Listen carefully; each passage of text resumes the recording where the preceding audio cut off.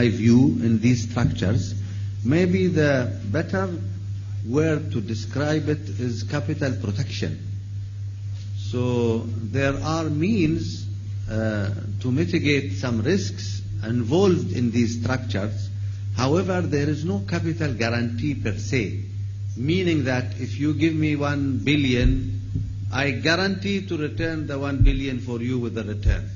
This is the conventional contract of an extended loan, a bank loan, of something like bonds, these things. In these structures, there is nothing implied or not implied like that.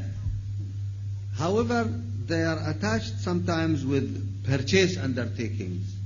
Now, these purchase undertakings can be from third party, then of course there is no issue, because it is a third party.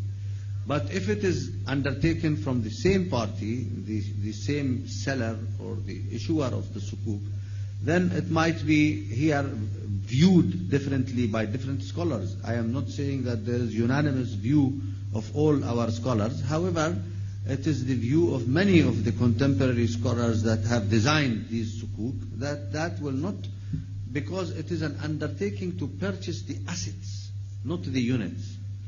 So if the assets do not exist, for example, there is total destruction, there is no undertaking to purchase anything. Then you have to resort to insurance and all these things. Now, as we know, it is allowed to mitigate these risks through insurance or takaful or these things. However, it is not a guarantee. The insurance company might go bankrupt. The insurance company might dispute the claim, might not settle the claim fully or partially. So there are many ways to argue that it is not similar to the bond structure, both from legal and from financial risk aspects involved in them. Let's take some more questions and comments down here in the front. For these wonderful presentations. I think I have a bit of an obvious question. How is the global credit crisis affecting Islamic financing right now? Thank you. I think there's another one up here. Thank you. My question is about the present Islamic home financing as it is introduced for the Muslim house buyers. They consider the Bank of England benchmark to determine the rate of repayment. So do you consider that the Muslim buyers are better off, at par, or worse off with those borrowing through conventional mortgage? Because does it impose greater conditions at higher cost to the disadvantage of the borrower? This is my first question.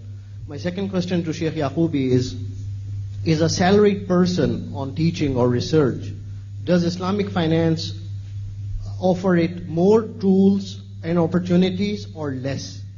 So in case he cannot buy bonds or put stakes in stocks, so is he left off with even lesser options? Thank you. I saw some hands, yes, up here. Thank you. My question is to the Sheikh.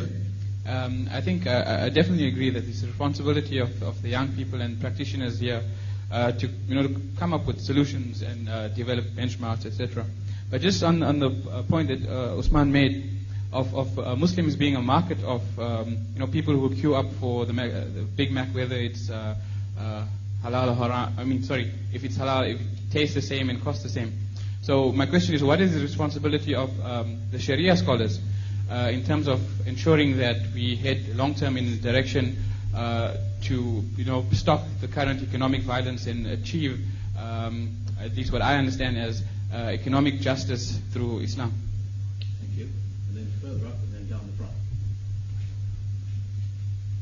front. Given the recent dislocation in the credit markets, or the conventional debt markets, do you see that Islamic financing could be a viable source of financing for non-Islamic issuers pursuing international M&A? And in particular, have you seen a leveraged buyout which has been financed with Islamic financing so far? Thank you. And then down the front.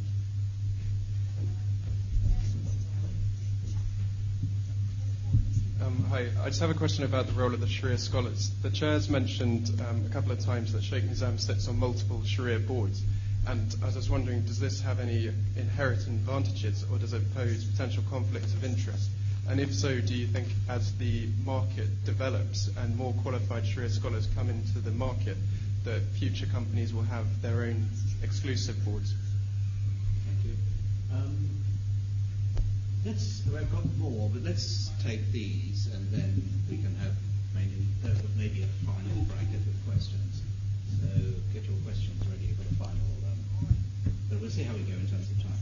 I'm going to ask Sheikh Nizam to start.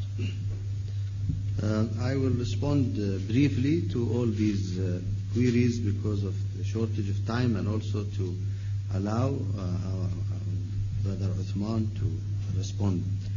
With regard to the global credit crisis, there is no doubt that we live in a global area, and anything which affects the entire global economy affects everybody. And nobody can live now in an isolated island. As you know, news and finance and travel and everything is so, rapid and fast that you cannot control these things anymore. As they say, we are all in one village. So, however, even so, the effect on Islamic financial institutions has been to a lesser degree. And that is because the nature of Sharia contracts are such that they do not allow the pure trade in debt and securitization of receivables. So that is one of the reasons that these institutions were protected, sort of. Like we in Bahrain, we have the certain institutions that they have Islamic desks, and they are in their self-conventional institutions. So their Islamic desk didn't suffer anything, but the conventional part of it suffered heavily. See, if things like institutions like GIB, ABC, and so on. So because from the conventional side they had exposure to that market, from the Islamic side there was no exposure at all to these markets. So that's an obvious, very clear example on how this crisis might, affect or not affect. The home finance and the cost of home finance, I think there was a time that the so-called, CBM, cost of being Muslim, you had to pay a little bit more to eat halal food, or, for example, to get your home financed in Sharia compliant way, because it was in the initial stages, and always pioneers take the hit in the beginning. So this is always the case. For example, here there are Islamic financial institutions, banking institutions, who are pioneering the legislation, the regulatory, aspects with the regulators here. So they are paying the costs. So those who will come later, everything will be ready, so it will be easier for them. So that happened, but I think there is research. There is a research which was done by groups like HSBC, Amana, and other people exactly about the costs of home finance, and they showed that what is available in the UK market, precisely which you are asking, for the Muslims to finance their house acquisition, whether through ijara or through murabaha or through diminishing musharaka, the most favored model now, which most of the housing institutions are using, the diminishing musharaka model. So they found that we are in the middle, not in the most expensive and not in the most the cheapest. So it is in the middle, but also that reflects the quality of the service which is given. In Arabic we say, there is a saying, they say, if you want to marry a beautiful girl, then you shouldn't